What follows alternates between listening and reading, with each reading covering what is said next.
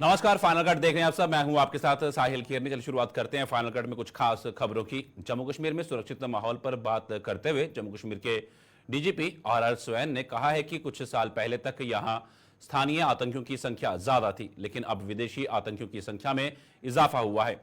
इन आतंकियों में आम नागरिकों की हत्या कर लोगों में भय पैदा करने की कट्टर जिहादी मानसिकता भरी हुई है। डीजीपी ने कहा कि जल्द ही इन विदेशी आतंकियों को रणनीति के तहत खत्म कर दिया जाएगा। उन्होंने यह भी बताया कि 4-5 वर्ष पहले तक किसी भी एक कैलेंडर वर्ष में स्थानीय आतंकियों की संख्या 150 से 200 के बीच ही रहती थी और अब यह संख्या घटकर 20 से 22 के बीच सीमित हो चुकी है। उन्होंने कहा कि अब हम विदेशी आतंकियों के खात्मे पर जोर दे रहे हैं, क्योंकि अब स्थानीय आतंकियों की संख्या नामात्र है। अब विदेशी आतंकियों की संख्या बड़ी है, जिनके भीतर आम नागरिकों की हत्या कर लोगों में भय पैदा करने की कट्टर जिहादी मानसिकता भरी हुई है। सीमा पार से भेजे गए इन विदेशी आतंकियों में से अधिकांश को जेलों में निकालकर इस तरफ भेजा गया है। इनमें से कई गरीब परिवारों से हैं, जिन्हें पैसे का लालच दिया गया है। उन्होंने कहा कि कई बार ये सुरक्षा बलों पर हमले भी करते हैं। हमने इनकी रणनीति को समझा है और जल्द ही ये भी मारे जाएंगे। ऐसा है ना कि मतलब मुख्तसर में ये बताऊंगा कि जैसे पहले मैं कभी कभी बता चुका हूँ, खासकर राजौरी पुंछ तो पूरा बॉर्डर डिस्ट्रिक्ट है। एक चीज़ है कि हमारा चैलेंज, सिक्योरिटी चैलेंज आज के दिन में इट इज़ ओवरवेलमिंगली एक्सटर्नल। देखिएगा, मेरा मैंने कहने का मतलब ये है कि हमारा आज के दिन आप ये नहीं कह सकते हैं कि ये रेजिडेंट टेररिज्म है, अगर मैं ये लफ्ज़ इस्तेमाल करूँ। 3 साल पहले, 4 साल, 5 साल पहले ये एक रेजिडेंट टेररिज्म की भी एक चैलेंज थी ना, कि आपके पास 150-200 अपने ही लड़के जो है गुमराह होके उसमें थे। आज के दिन में 20-22 लड़के हैं। तो there is a serious and significant change from resident terrorism to foreign terrorism. Foreign terrorism था तो, पर आज के दिन में it is mostly about that. It is mostly about terrorists coming from across, and they are mercenaries. They are paid, and as per our information, most of them are from poor families and are also retrieved from jail with a commission money that you go, and they are poisoned. They're fed with toxic ideology of killing. Going and killing people whom they don't know, about whom, random killing. And also, of course, when they get an opportunity, they do engage the security forces. But essentially they have come, primarily they have come to ensure that the intimidation regime, क्योंकि देखिए एक गोली मार के 10 लोगों को डरा के वो अपना रेजिम चलाते थे, अपना हुक्म चलाते थे। अब वो ख़त्म हो गया है, तो वो कहते हैं कि देखो जी, ये इस पे तो हमारे कोई एक कातिल होना चाहिए, 10-15 कातिल तो घूमना चाहिए जब हम बीच में कहें तो किसी को। तो वो चैलेंज हमारा है, हम उस इनकार नहीं करते हैं। हम उनका नंबर, उनका स्ट्रैटेजी और उनका टैक्टिक्स को और उनकी कम्युनिकेशन, उनकी रणनीति को समझने लगे हैं, काफ़ी कुछ समझ चुके हैं। It is only a question of time that when we will comprehensively. Jammu Poonch highway पर बस हादसे में मारे गए 22 लोगों के शवों को उनके घरों की ओर रवाना किया गया। इन पार्थिव शरीरों के साथ इनके परिजन भी जम्मू से वापस लौट गए। जीएमसी के सुपरिटेंडेंट डॉक्टर नरेंद्र सिंह के मुताबिक जीएमसी में भर्ती घायलों में से 40 वापस लौट गए हैं और मौजूदा समय में जीएमसी में 35 घायल भर्ती हैं, जिनकी हड्डियों में फ्रैक्चर आए हैं। इनमें से कुछ की सर्जरी कर दी गई है, जबकि अन्य की भी जल्द की जा रही है। पार्थिव शरीर थे, वो 22 थे। वो हमने कल रात से अब तक 22 के 22 अलॉन्ग विद उनके जो परिजन आए थे, लोग आए थे उनके घरों से, उनके साथ 16 लोगों को भी रवाना कर दिया। 16 और 3 19 लोगों को। उसके अलावा जो पेशेंट थे, इनके भी कुछ लोगों के अटेंडेंट्स आ गए थे। ये हमारे पास 40 लोग जो हैं, कुछ अपनी मर्जी से डिस्चार्ज ऑन रिक्वेस्ट लेके, और कुछ की ट्रीटमेंट, क्योंकि उनकी इंजरीज थोड़ी माइनर टाइप की थी, उनको इंजरीज के ऊपर अपनी ट्रीटमेंट करा के वो डिस्चार्ज ऑन रिक्वेस्ट लेके निकल गए। एज ऑन टुडे हमारे पास अभी इस वक्त 35 पेशेंट्स हैं, जिनमें से मैंने आपको दिखाया वार्ड नंबर 1 में हमारे पास 15 पेशेंट हैं जो ऑर्थो के हैं, हड्डियाँ जिनकी फ्रैक्चर्ड हैं उनके हैं। उनमें से 7 का सर्जरी हो चुका है और जो बाकी हैं उनकी सर्जरी पाइपलाइन में है, आज कल में हो जाएगी। इनमें से भी कुछ जो थोड़ा बेहतर महसूस कर रहे हैं आप, तो वो रिक्वेस्ट कर रहे हैं, तो उनको एसेस करके जो हमारे रिस्पेक्टेड एचओडीज़ हैं ऑर्थो के और सर्जरी के, प्रिंसिपल सर की इंस्ट्रक्शंस के तहत अगर वो लोग कंफर्टेबल हैं और जाना चाहते हैं और क्लिनिकली अगर वो स्टेबल हैं जाने के लिए, तो उनको भी डिस्चार्ज मिल सकता है ऑन रिक्वेस्ट। ये आज तक का भी स्टेटस और डाटा है। इनकी पूरी डाइट जो है वो एक तो हमारी किचन जो है गवर्नमेंट की तरफ से जो हमारी किचन है वो, उसके साथ साथ में जो हमारे यहाँ पर एक अटेंडेंट्स के लिए किचन लगी हुई है सेवा भारती की तरफ से। सेवा भारती ने भी फ्री कूपन्स 3 दिन के लिए इनको डिस्ट्रीब्यूट किए हैं, जिनका आज एक्सटेंशन होगा। वो जो दोपहर के बाद हमारा एक और असेसमेंट होगा, जितने लोग हमारे पास ट्रीटमेंट ले रहे होंगे उनको फिर से कूपन दे दिए जाएंगे। और जो इनके बाकी खर्चे हैं जो भी किसी किस्म के भी हैं, चाहे वो इनके कपड़े हैं, चाहे इनके दवा दारू की तो मैं कोई बात नहीं कर रहा, वो तो फ्री ऑफ कॉस्ट है। यहाँ तक कि 16 लोगों को इम्प्लांट्स लग रहे हैं, वो भी गवर्नमेंट फ्री ऑफ कॉस्ट दे रही है। और इनकी जो ट्रांसपोर्टेशन वगैरह जितनी भी हुई है, और वो रिलीफ के अलावा है, मतलब जो स्कर्शिया वगैरह जो रिलीफ मिल रहा है उसके अलावा सब कुछ फ्री ऑफ कॉस्ट है। तो हम अपनी तरफ से पूरी कोशिश कर रहे हैं इनको कंफर्टेबल रखने की। रविवार 16 जून को बिश्ना के दाता रणपत देवस्थान पर अर्धवार्षिक मेल का आयोजन किया जा रहा है। आज देवस्थान कमेटी के सदस्यों ने बैठक कर अर्धवार्षिक मेल की तैयारियों पर मंथन किया। बैठक में चाड़क व सलोत्रा बिरादरी के लोग भी मौजूद थे। कमेटी ने लोगों से 16 जून को इस अर्धवार्षिक मेल में बढ़ चढ़कर भाग लेने का आह्वान किया। सारे लोगों की पता है कि 16 जून की जी है वो दाता देव की मेल आ करती है। अज असें उस सिलसिले च गै दाता तलाब पर मीटिंग जी बुलाई दी ही। मेल दी ड्यूटियां के सिलसिले च असें उंदियां सारे परिवार दी, सरोत्रा परिवार की, चाड़क बरादरी दोनों दी असें ड्यूटियां लाई दियां न। ते मेल का पूरा बंदोबस्त मैं सारे सरोत्रा बरादरी दे कुल देवता ने ते चाड़क बरादरी दे कुल पुरोहित ने दोनों बरा इहदे कोला अलावा भी जिहड़ियां दूजियां बरादरियां जिहड़ियां दाता देव पर विश्वास रखदियां ने, आस्था रखते हैं, उन्हें सारे लोगों की 2 हत्थ जोड़िए अपील करन कि वह इत्थे दाता देव दे 16 तरीक दाता देव दे दरबार च आनिए दाता देव का सह परिवार दाता देव का आशीर्वाद लैन। ते सारे इत्थे दाता देव दे दरबार च लोकें दा रौहने दा, खाने दा, पीने दा सारा बंदोबस्त इत्थे कीते दा। दाता देव दे 3 लंगर लगे दे होंदे ने। दाता देव दे तलाब पर भी लंगर चला दा हुंदा, दाता देव दे डेरे च भी लंगर चला, दाता देव दे दरबार वीरपुर भी लंगर चला, और लोकें दी सौने दी बौने दी व्यवस्था भी है, गद्दे भी है, सारा सिस्टम है इत्थे। आपने बड़े प्यार कन्नै दाता देव दे दरबार च आओ, दर्शन करो, दाता देव दा आशीर्वाद लाओ। ते मते कोला मते लोग जिहड़े ने ओह दाता देव दा। मैं सारे लोकें जिन्नी भी सारियां बरादरियां ने उन्हें मैं एक सुनेहा देना चाहना कि 16 तारीख जून की दाता देव की अर्धवार्षिक मेल है। सारे आन और सारे बड़ी चढ़िए हिस्सा लैन और कमेटी का सहयोग करन ज़्यादा। अखनूर की पंचायत पारदा कलां के लोग दशकों से पक्की गलियों के निर्माण के इंतजार में हैं। लोगों के मुताबिक बरसात के दिनों में यहां हालत बद से बदतर हो जाते हैं और चारों ओर पानी भरने से खासतौर पर बच्चों को कई दिक्कतों का सामना करना पड़ता है। उन्होंने आरोप लगाया कि जनप्रतिनिधियों के साथ साथ अधिकारियों को भी बार बार अवगत करवाने के बावजूद उनकी सुनवाई नहीं हो पा रही है। लोगों ने अब बरसात शुरू होने से पहले गलियों के निर्माण की जरूरत पर बल दिया है ताकि उन्हें दोबारा पहले जैसा हालात से दो चार ना होना पड़े। गलां दे विच गलियां ये कोई 15-20 साल तो उपर ही निकली थी। उसके बावजूद भी असें बड़े बारी अप्रोच की है, लेकिन इनकी कोई सुनाई जी है वो नहीं हुई। अज तुंदे चैनल के थ्रू अज जी खबर आई साहब अग्गे भी अपनी एडमिनिस्ट्रेशन अग्गे भी वीडियो ब्लॉक अग्गे भी जेडे साढ़े पंच सरपंच साबका जां आने वाले उनके अगे भी ये रखना चाहते हैं भाई जिहड़ियां साड़ियां भार दे कला दी विच जिहड़ा ये मोड़ा पौंदा एहदियां 5-7 गलियां जिहड़ियां ने फौरी तौर पर बनाया जा ताकि आने वाला टाइम जिहड़ा बरसात का मौसम बड़ा खतरनाक है, मच्छर मलेरिया और बिच्चू कीड़े की बहार है, इन्ना पानी जिहड़ा है गलियां खड़ा हो जाता जिहदा निकास कोई नहीं है।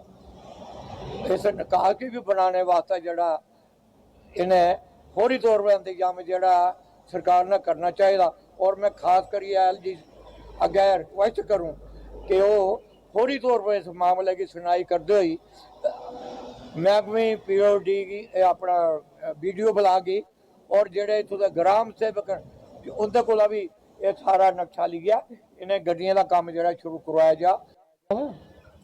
ਇਹ ਸਾਰੀ ਗਲੀ ਦੇ ਆਪ ਦੇਖੋ ਪਾਰ ਦਾ ਕਲਾਂ ਚ ਪਹੁੰਚਦੀਆਂ ਇਹ ਸਾਰੀਆਂ 5-7 ਗਲੀ ਜਿਹੜੀ ਹੈ ਨਾ ਇੱਥੇ ਅੱਗੇ ਪਿੱਛੋਂ ਹੁਣ ਕੋਠੀਆਂ ਬਣੀ ਦੀਆਂ ਘਰ ਬਣੇ ਨੇ ਇੱਥੇ ਗਲੀ ਦੇ ਅਜੇ ਤੱਕ ਇੱਕ ਵੀ ਗਲੀ ਨਹੀਂ ਬਣੀ ਹੈ ਸਾਰੇ ਥੱਲੇ ਵੀ ਮਕਾਨ ਉੱਪਰ ਵੀ ਮਕਾਨ ਇਹ ਗਲੀ ਕੋਈ ਵੀ ਇੱਕ ਵੀ ਤਿਆਰ ਨਹੀਂ ਹੋਈ ਹੈ ਅੱਗੇ ਪਿੱਛੇ ਦੇਖੋ ਸਾਰੇ ਗਲੀਆਂ ਬਣੀਆਂ ਇਹ ਸਾਡੀ ਪਾਰ ਦੇ ਕਲਾਂ ਚ ਇਹ ਪੁੰਛ ਰੋਡ ਜ਼ਿਆਦਾ ਇਹ ਬਿਲਕੁਲ ਕੰਨਾ ਇੱਥੇ ਹੁਣ ਬਰਸਾਤ ਆਣੀ ਇੱਥੇ ਚੱਲਣਾ ਇੰਨਾ ਮੁਸ਼ਕਿਲ ਹੋਈ ਆ हद कोलू वध ते बस। अखनूर के चौकी चौरा के नजदीक हुए सड़क बस हादसे को लेकर शिवसेना डोगरा फ्रंट ने जम्मू में प्रदर्शन कर इस हादसे की जिम्मेदार लोगों के खिलाफ 302 का मुकदमा दर्ज करने की मांग की है। प्रदर्शन की अगुवाई कर रहे शिवसेना डोगरा फ्रंट के प्रधान अशोक गुप्ता ने ट्रैफिक पुलिस और ट्रांसपोर्ट डिपार्टमेंट की कार्यप्रणाली पर सवाल उठाते हुए कहा कि ट्रैफिक पुलिस और ट्रांसपोर्ट डिपार्टमेंट के अधिकारियों की लापरवाही के कारण ही कई लोगों को अपनी जान से हाथ धोना पड़ा। उन्होंने इस हादसे के जिम्मेदार लोगों के खिलाफ हत्या का मुकदमा दर्ज करने की मांग की।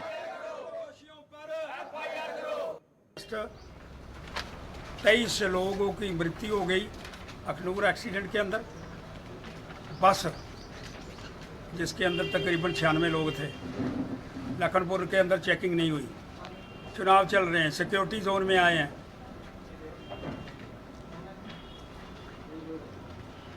ट्रैफिक डिपार्टमेंट क्या कर रहा है? जो लोग दोषी हैं 302 को मुकदमा दर्ज किया जाए। RTO जवाब दे, कमिश्नर जवाब दे, RTO जवाब लखनपुर दे, कैसे एंट्री हुई, क्यों उनको वहां चेक नहीं किया गया? और मासूम बच्चे, मासूम लोग बिलखते हुए, किसी का मां गई, किसी का बाप गया, किसी का परिवार गया। और आज हम फिर इंक्वायरी की बातें करना चाहते हैं। माननीय उपराज्यपाल जी, श्रीमान चीफ सेक्रेटरी महोदय, आपसे अपील करना चाहता हूँ, FIR दर्ज करो, 302 का मुकदमा दायर करो। फाइनल और पुंछ जिले की सोरनकोट तहसील में भी हीट वेव अपने चरम पर पहुंच चुकी है। सोरनकोट में इस बार पड़ रही इतनी गर्मी से लोग सकते में आ गए हैं। स्वास्थ्य विभाग ने हरकत में आते हुए लोगों को गर्मी से बचने के तौर तरीके बताने शुरू कर दिए हैं। सोरनकोट में एम्बुलेंस में लाउड स्पीकर के जरिए लोगों को जागरूक किया जा रहा है। उन्हें आगाह किया जा रहा है कि दोपहर के समय जब गर्मी पूरे चरम पर होती है तब वो घरों से बाहर ना निकलें। हीट स्ट्रोक के लक्षण दिखने पर तुरंत उपजिला अस्पताल पहुंचे ताकि समय पर इलाज शुरू किया जा सके। हीट रिलेटेड कंडीशन है, हीट रिलेटेड स्ट्रोक्स जो है ये मैक्सिमम उस टाइम पे हो जाता है जब टेम्परेचर ज़्यादा बढ़ जाता है। तो जब टेम्परेचर ज़्यादा है, जो हम नॉर्मली कंडीशंस है जो लोगों को पता भी है कि क्या क्या करना होता है, जैसे पानी ज़्यादा पीना है, जहाँ धूप ना हो वहाँ बैठना है, ठंडे में बैठना है, पानी हाइड्रेट इम्पॉर्टेंट है, हाइड्रेशन यानी कि पानी उनको काफ़ी ज़्यादा पीना है। और बेहतर है अगर साइट्रस फ्रूट्स वाले पानी, जो हम नींबू पानी या कच्चे आम वाला पानी या वाटरमेलन जो होता है वो भी पिए, या कोकोनट मिल्क या कोकोनट जो वाटर मिलता है बाज़ार से, वो अच्छा इलेक्ट्रोलाइट उसमें होता है और उसमें पानी की मिकदार भी ज़्यादा होती है, वो बेहतर होता है सब बंदों को इस धूप से बचने के लिए भी। और इम्पॉर्टेंट चीज़ें यही होती है कि लोगों को करना चाहिए कि ज़्यादा धूप में ना निकले। जैसे कि 12 से 4 बजे का टेम्परेचर जो है ज़्यादा होता है तो उस टाइम पे ज़्यादा ना निकले बाहर। डोडा के घट इलाके से कुछ लोगों द्वारा पकड़ी गई जंगली बिल्ली वन्य जीव विभाग के हवाले कर दी गई। घट इलाके में एक व्यक्ति ने करीब 3 महीने की ये जंगली बिल्ली पकड़कर इसे पुलिस स्टेशन ले गया था और पुलिस द्वारा सूचित करने पर वन्य जीव विभाग के कर्मचारी वहां पहुंचे और इस जंगली बिल्ली को अपने साथ ले गए। जो हमें बिल्ली मिली है ये हमने पुलिस स्टेशन डोडा से रिकवर की है पुलिस के पास। तो अब इसका नाम जो है सुहाना कैट है, इसका नाम सुहाना कैट है और हमने इसको पुलिस स्टेशन से जो है रिकवर किया है। घाट के इलाके से किसी बंदे के से जो है रिकवर किया है, वहाँ से उन्होंने जो है पुलिस स्टेशन डोडा में लाया तो वहाँ हम जब पहुँचे तो वहाँ से फिर हमने इसको रिकवर करके यहाँ तो अब डॉक्टर को दिखाएंगे, फिर भी चेकअप कराएंगे, लेकिन इसको फिलहाल अभी हमने दूध शूध पिला दिया है, अभी इसका खाना भी हो गया है, तो अभी ये ठीक है। यही अपील है कि जब भी आप इस तरह के जानवर देखते हैं तो उनको आप ना छेड़ें, उनके साथ जो है छेड़छाड़ ना किया करें।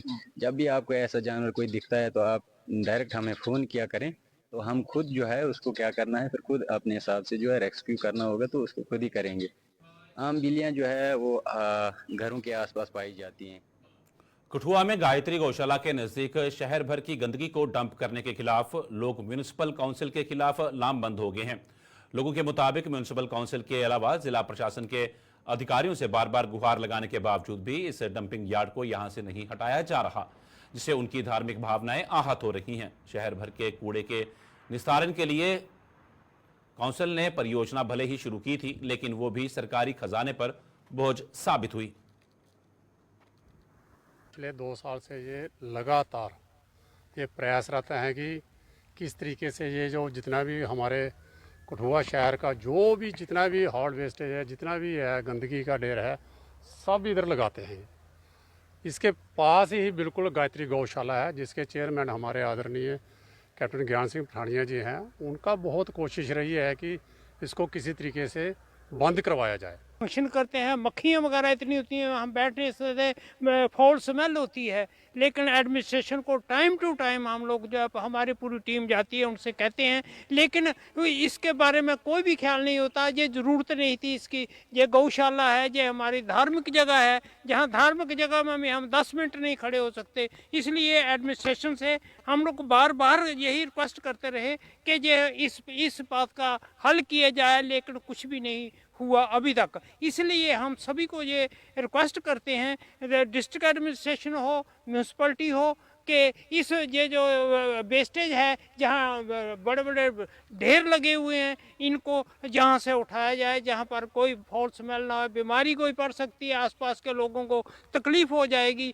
ये हमारी अच्छी गौशाला है, कोई ऐसी बात नहीं। हम लोग मेहनत कर रहे हैं, तो इसका मतलब है कोई ना कोई हल किया जाए, क्योंकि एडमिनिस्ट्रेशन से हम ये थोड़ा कर रहे हैं, एजिटेशन कर रहे हैं, हम कह रहे हैं, हम सजेशन दे रहे हैं कि इस चीज़ को यहाँ से पीछे करें।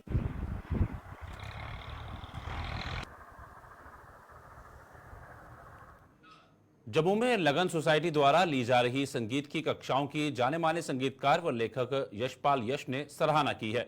यशपाल यश खुद संगीत की कक्षा में पहुंचे और संगीत सीख रहे बच्चों व बड़ों को कई महत्वपूर्ण जानकारियां दी।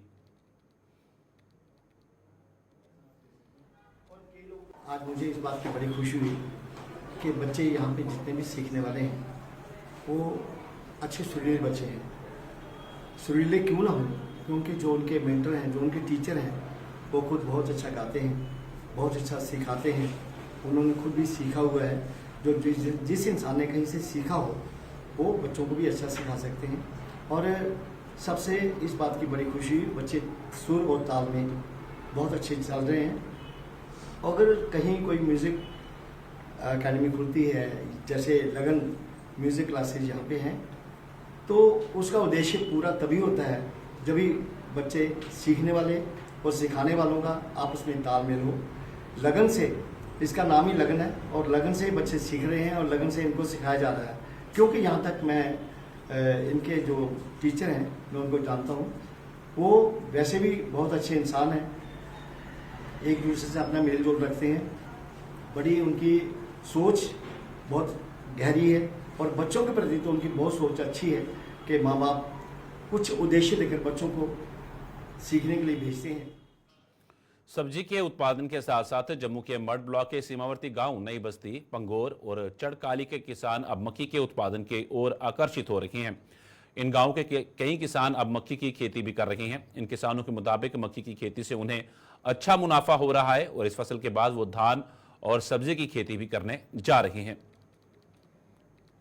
इलाका है सारा, और किसान इससे बहुत खुश है। मक्की जिस हिसाब से रेट इनको मिल रहा है, मेरे हिसाब से तो बहुत अच्छा है।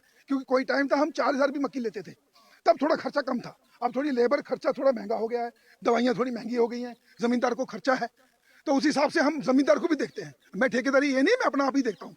मैंने पिछली बार थोड़ा नुकसान हुआ था मुझे मक्की में, क्योंकि वो क्लाइमेट थोड़ा ज़्यादा गर्म हो गया, मक्की थोड़ी ज़्यादा जल्दी पक गई, उस हिसाब से थोड़ा नुकसान हो गया। इस बार मैं मतलब कि थोड़ा बहुत काम कर रहा हूँ, लेकिन तरीके से कर रहा हूँ। बाकी लोगों को पैसे मिलने चाहिए, मेरी अपनी ये दिली ख्वाहिश है कि जमींदार। सर मक्की की फसल इसलिए ज़्यादा लगाते हैं कि ये जो सबसे हमारा गांव नई बस्ती पंगोर चड़काली ये बिल्कुल जीरो लाइन पे हैं तीनों ये गांव, और यहाँ के लोग ज़्यादातर मक्की इसलिए लगाते हैं कि ये एडवांस में लगती है और ये एक्स्ट्रा फसल है हमारी।